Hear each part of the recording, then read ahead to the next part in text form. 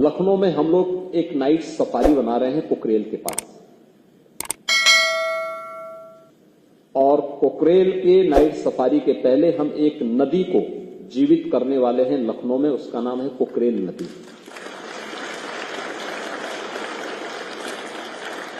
तभी पोखरेल नदी थी जो गोमती की सहायक नदी थी, आदि गंगा। गोमती को आदि गंगा भी कहते हैं। पीलीभीत से निकल करके और वाराणसी में ये मां गंगा के साथ इसका मिलन होता है। लेकिन गोमती की सहायक नदी पोखरेल नदी को लोगों ने नाला बना दिया।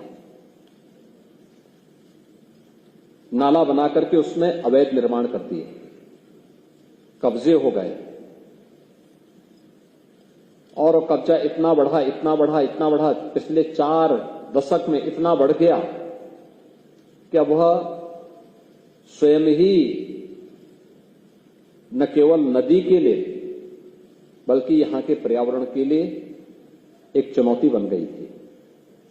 और फिर 1 वर्ष पहले हम लोगों ने इस लड़ाई को प्रारंभ किया। नहीं, पोखरेल को नाला नहीं, इसको फिर से नदी बनाना है।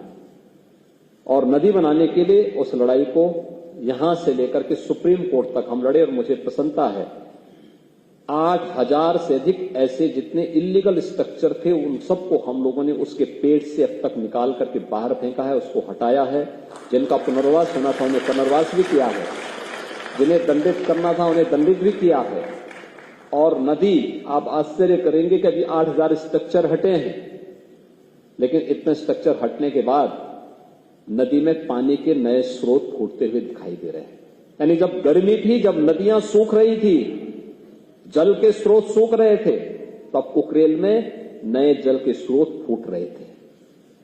ये दिखता है कि हमने जल के स्रोत अपने स्वार्थ के लिए स्वयं बंद किए हैं। लेकिन यही स्थिति अन्य जगहों पर भी है। हमने कभी भी उस दिशा में प्रयास नहीं किया है।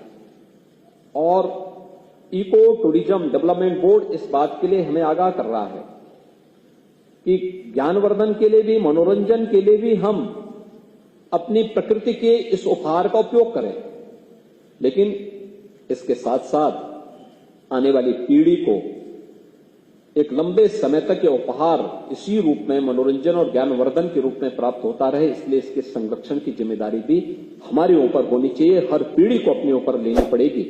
और उसी दृष्टि से इस कार्यक्रम को आगे बढ़ाने के लिए एक अभिनव प्रयास प्रारंभ हुआ है।